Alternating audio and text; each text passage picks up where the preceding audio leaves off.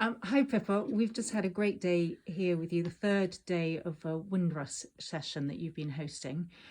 Just want to talk about what are the key messages that you want the youngsters who are here over these 3 days to take away with them?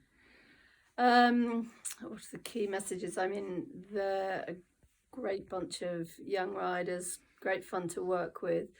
I think the key message, or one of the key things I'm trying to basically help them with, is obviously, well, so many things I'm trying to put across to them, but I think it's trying to explain to them that it's a lot of hard graft. It isn't going to be handed to them on a plate. Their success within the sport and what they do with horses, it doesn't come just on a plate. You've got to work very hard, and I'm trying to really put across my experiences really as well, and what I've learned over the years, and above all, I want them to understand horses. And the whole reason I'm doing it isn't actually, yes, it's to help them as riders, but actually fundamentally it's to actually help the horses. And I think the main thing I want to try and do is help them to understand the better they ride, the better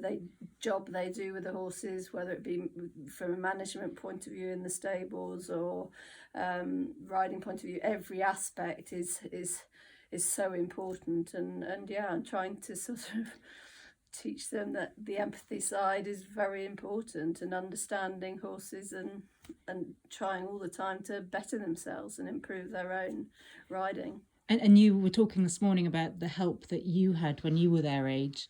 And obviously that's a message that you want to pass on, is this horsemanship and empathy with the horses. Yeah, I mean, I've had so much help over the years. I've been incredibly lucky and help from so many experienced people, and that's what I find even now. I never stop learning, so I'm still watching people and trying to learn new things, and still trying to better myself. But I think if you can help the youngsters to understand as well, and point things out, and give them tips from my past experience, whether that be, I don't necessarily want them to learn the hard way, and I've learned some hard sort of things in life, whether it be to do with that sort of early days ignoring a leg because I didn't understand that much about legs, and because I sort of ignored a heat in a leg and a bit of filling in a leg, and that ended up being the early signs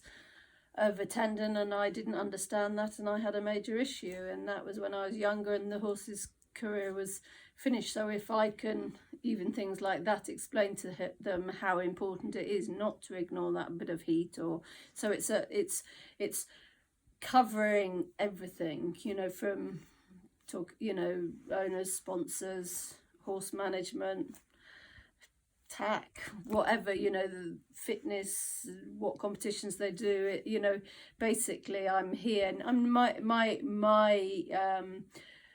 my job isn't just to be there as a trainer, because it's not just about standing in a school training them. It's that whole mentor point of view, that they feel they can pick up the phone, and it's important as anything that they enjoy themselves, they form friendships, and that's what I love as well. They've got together, they become good friends, and I mean, within the sport, my greatest friends, William Foxpit, I've got people that I've grown up with right the way through juniors, and it's a sport that you need to support each other. It's never a smooth ride. We have our up times and our down times, and when you're down, you need your mates, you need your friends, and that's what I really hope, that they form this bubble. And it's been lovely seeing them over the last 3 days, enjoying seeing each other, and it's about that, and helping each other as much as me helping them. Yeah. Well, clearly you have a fantastic team, and you had a very well-deserved win at Burghley last year. That was hard work. yeah. And we just would love to know, with your lovely horses that you've still got eventing, what your plans might be for next year.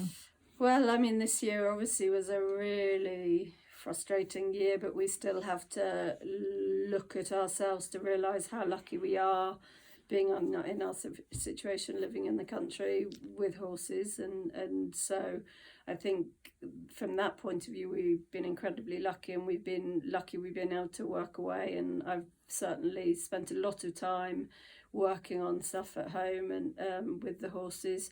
I didn't do a lot with my horses because I made the decision not to do Pau.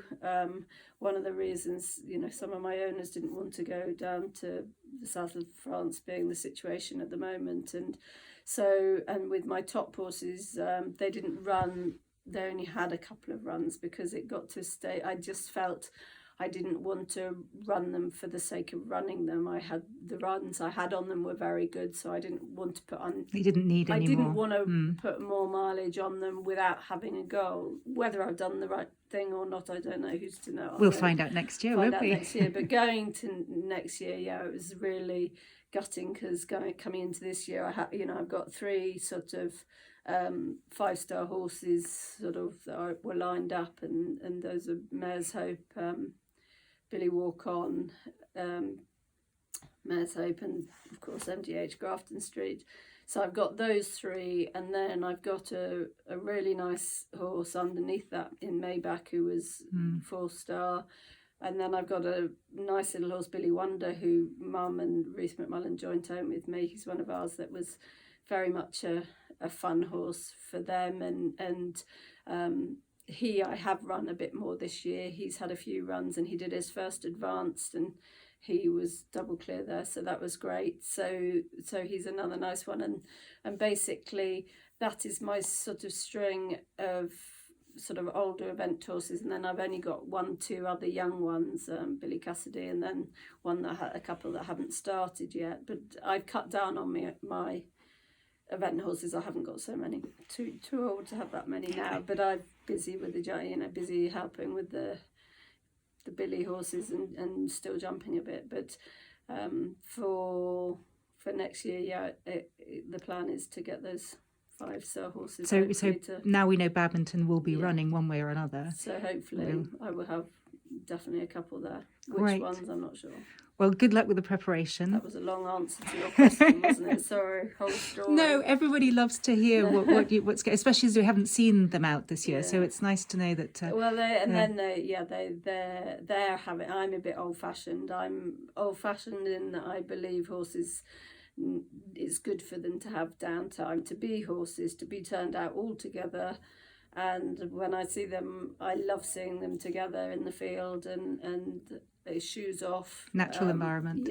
And I am old-fashioned. I know some people don't agree with that, but that's what system I use. And they'll come up in the next probably 2 or 3 weeks, because they've had long, they didn't do their big 3 days in September, so they'll come up and then I'll work away. They had a lot of work over the first lockdown and that period, and working away on the sort of gymnastic things, keeping them, ticking over and hopefully improving things, and then having a break, and then they'll be back soon.